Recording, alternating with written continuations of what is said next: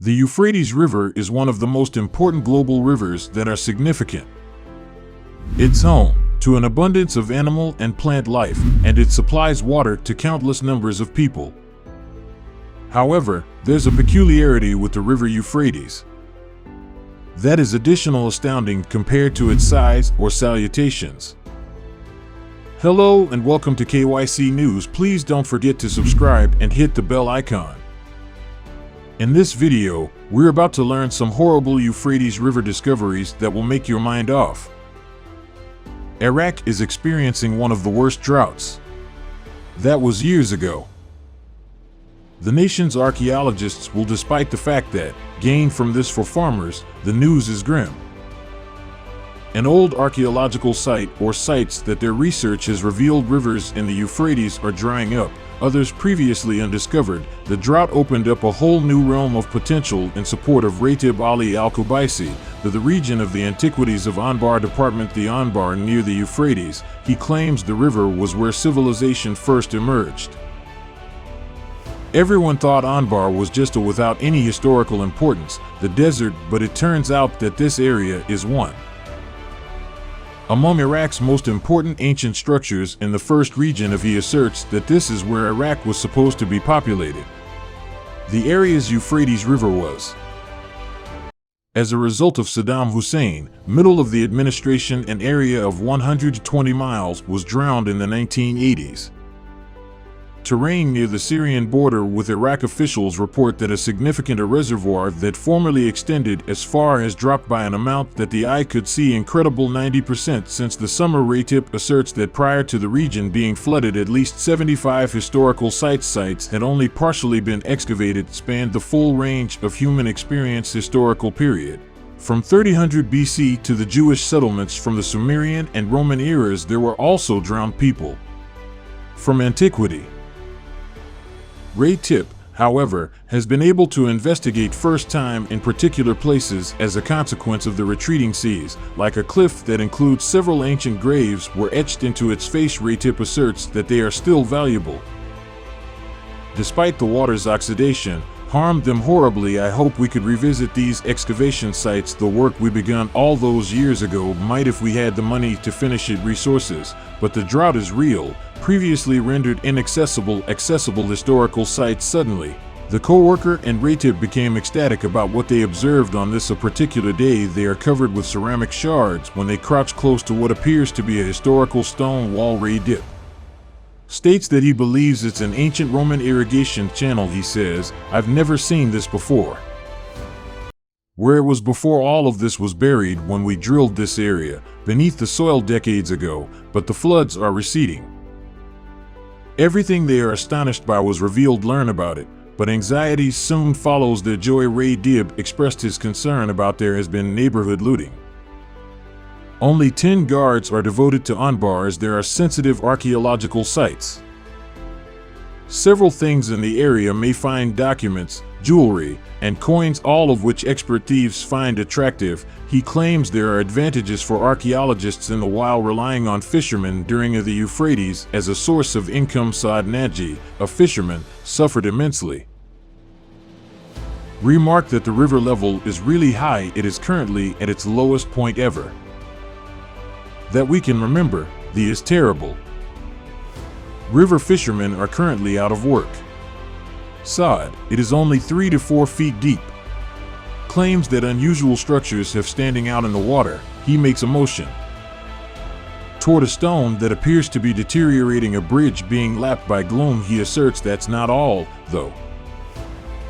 Researchers have discovered these artifacts began to appear around when the flood started to subside a year ago. When we first began investigating the area, money and ancient bones discovered in pottery jars, even some gold jewelry, which he claims to own. States that for now, the majority of the villagers who are engaged in the looting are not aware of the product's value. They have stolen it, Raytip declares, saying that he would go to Baghdad central government for initial funding new excavations, and to protect the sites I'll request that he come back to land.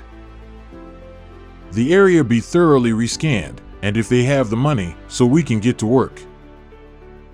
He makes an immediate claim but later concedes there likely won't be enough money for him. bemoans the fact that we won't be able to dig, but at least we can share what we learned. Yet another discovery made by archaeologists, a city from the Madani that is 3,400 years old empire that had its official headquarters on an individual has discovered the Tigris River. German and Kurdish collective earlier this year, archaeologists, as a result of Iraq's severe drought, the waters of the town erupted. Ancient Zakiku Reservoir in Mosul, which is considered to have been an important hub, there may have been the Madani Empire vast metropolis, home to the palace and other significant buildings. Iraq is one of the most severely affected countries by climate global transformation. Notably in the south, the country has suffered months of severe drought. Big water supplies are no longer present in Iraq's most sizable water reserve in Mosul since December in order to prevent crops from drying up completely. Prior to this archaeological research, the city from the Bronze Age had caused decades ago to bring it back to the surface. Is a location in Iraqi Kurdistan. Communary archaeologists where pressure is mounting to discover and record at least some of this enormously important before it metropolis as quickly as possible was resubmerged as a result of unplanned disaster. The choice to joint rescue excavations are carried out at Kamoun was created in response to the by Kurdish anthropologist Dr. The chairman of the board, Hassan Ahmad Kasem, Kurdistan's Organization for Archaeology, German anthropologists Professor Dr. June Ivana Polges and Dr. Peter Professor Falsna. These took place in collaborating with the Directorate of Antiquities in January, Duhawk and Historical. Within a few days, a crew for the rescue excavations were in place.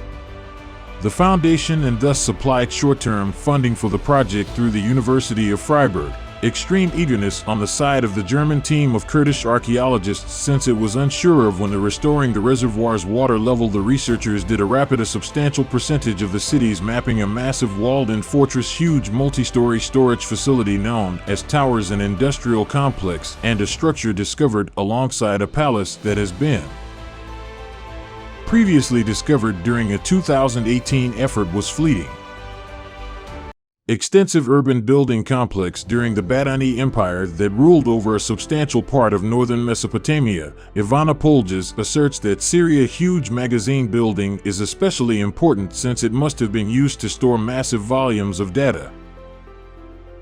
Some goods that probably were shipped, they came from all throughout the region. The bindings from the excavation showed that the site was a key node of the Assam Kizm, is quoted by Madani Empire in his conclusion. Even if they are made of mud bricks that had been sun-dried and immersed over 40 years. The research team was shocked by their state of preservation, occasionally reaching a high point. The cause of the several meters the good preservation of the city is that an earthquake that occurred in the year 1350 BC, when the constructions were buried by the topless city.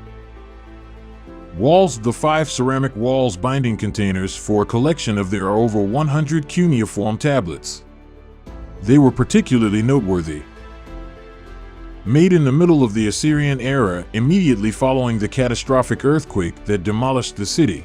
Including portions of the clay tablets, clay bags that could letters are still present in the discovery, might contain critical information about when Metropolis's Madani era came to an end and the end of Assyrian control in the region began. Peter Falsner estimates that it is almost amazing that cuneiform tablets survived. Made of unfired clay, endured for a long time.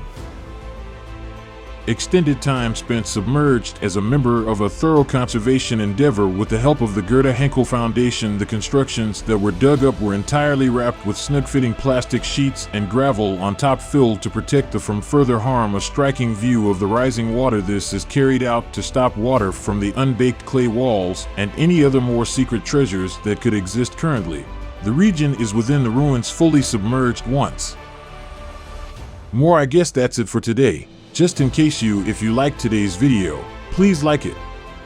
Subscribe the channel.